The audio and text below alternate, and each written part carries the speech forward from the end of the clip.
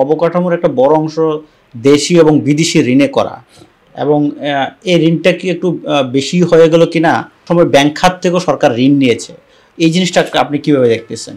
ঋণ নেওয়া হতো, আমি কোনোভাবে এটা যে সমর্থনযোগ্য নয় তা নয়, ঋণ অবশ্যই নিতে হবে, সবাই নেয়। আমাদের দেশে যত বড় এই যে শিল্পায়ন ঘটেছে, আমাদের ইন্ডাস্ট্রিয়ালাইজেশনের একটা বিশাল অংশ কিন্তু ঋণ নির্ভর।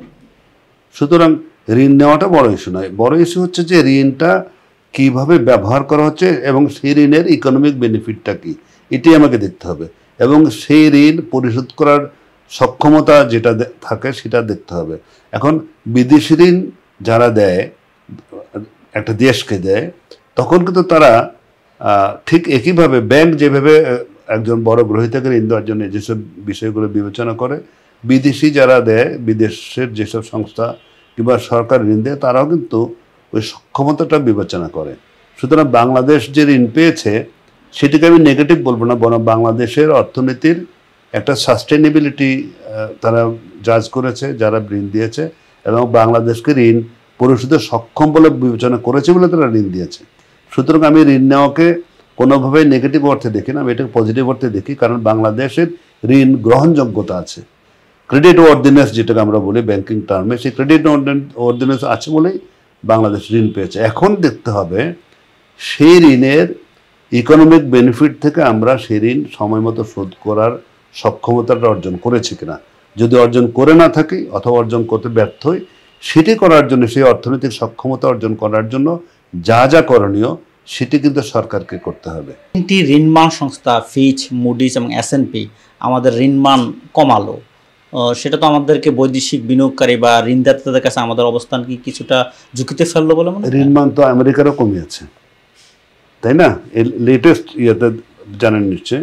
তো সুতরাং হ্যাঁ, এটা কথাটা ঠিক, কিন্তু ঋণমান কমিয়েছে অবশ্যই। আমাদের এটাতে করে আমাদের বাংলাদেশের উপরে যারা বিদেশি ঋণ দাতা কিংবা বিদেশি ব্যাংকগুলো বাংলাদেশের ক্ষেত্রে একটু সাবধান আচরণ করবে, কিন্তু একেবারে নাকচ করে দেওয়ার মতো এমন কিছু ঘটবে না, ঘটেছে বলে আমার মনে হয় না।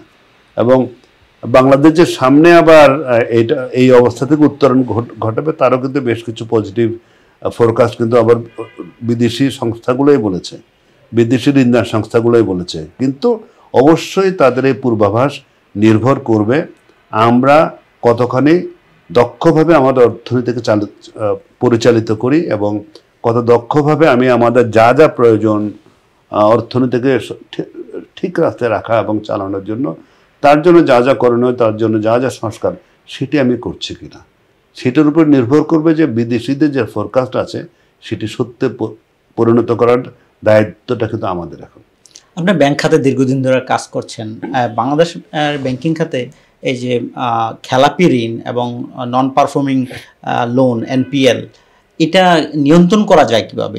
এর দুটো বিষয় আছে। আপনি দেখেন বাংলাদেশের 60+ ব্যাংক আছে, তাই তো? সব ব্যাংকের খেলাপি ঋণের হার কি এক? মোটেই না। কিছু কিছু ব্যাংক আছে যাদের খেলাপি ঋণের হার 5-এর মধ্যে, এবং সেটা কিন্তু 5-এর মধ্যে মানে 5-এর মধ্যেই।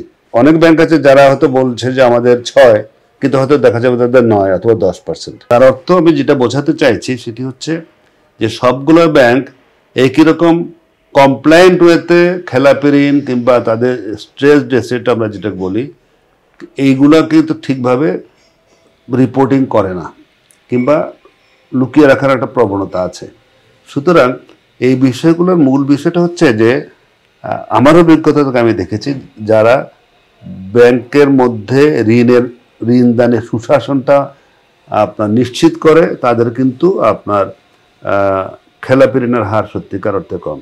তারা ঋণদানের যে মধ্যে সুশাসন কায়েম করা, তারা কোনো কারো প্রভাবে ঋণদান না করা, এবং ঋণ আদায়ে তাদের যে সক্ষমতা সেটিকে তার পূর্ণ ব্যবহার করা কিংবা সর্বশক্তি নিয়োগ করা, এবং ঋণ দেওয়ার আগে তাদের যে যথাযথ যাচাই বাছাই প্রক্রিয়াটি যখন একেবারে নিউট্রালি করা হয় এবং সত্যিকার অর্থেই আন্তর্জাতিক মান কিংবা বিশ্বমান বজায় রেখে যখন করা হয়, এবং এগুলো করার জন্য যখন ব্যাংকের নিজস্ব ম্যানেজমেন্ট এবং মালিক পক্ষের সদিচ্ছা থাকে, সেসব ব্যাংকে ঋণ আপনার খেলাপি ঋণ কখনো বাড়বে না।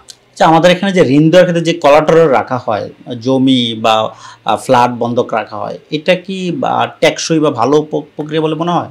আধুনিক ব্যাংকিং আপনার কনসেপ্ট অনুযায়ী এই কোলাটারাল বেসড আপনার ক্রেডিট, এটা কিন্তু এটা একটু পুরনো হয়ে গেছে। এখন এটা কিন্তু আসলে এইটা নাই। আগে আমরা ট্র্যাডিশনাল ব্যাংকারদের কাছে আমাদের যারা ব্যাংকিং শিখিয়েছেন, যা কোলাটারাল আছে, আচ্ছা ঠিক আছে দিয়ে দাও, কিন্তু সেটা কিন্তু আধুনিক ব্যাংকিং এটা একেবারে এখন অবসলিট একটা আপনার আপনার ক্রেডিট ওয়ার্দিনেস যাচাই করার একটা পন্থা।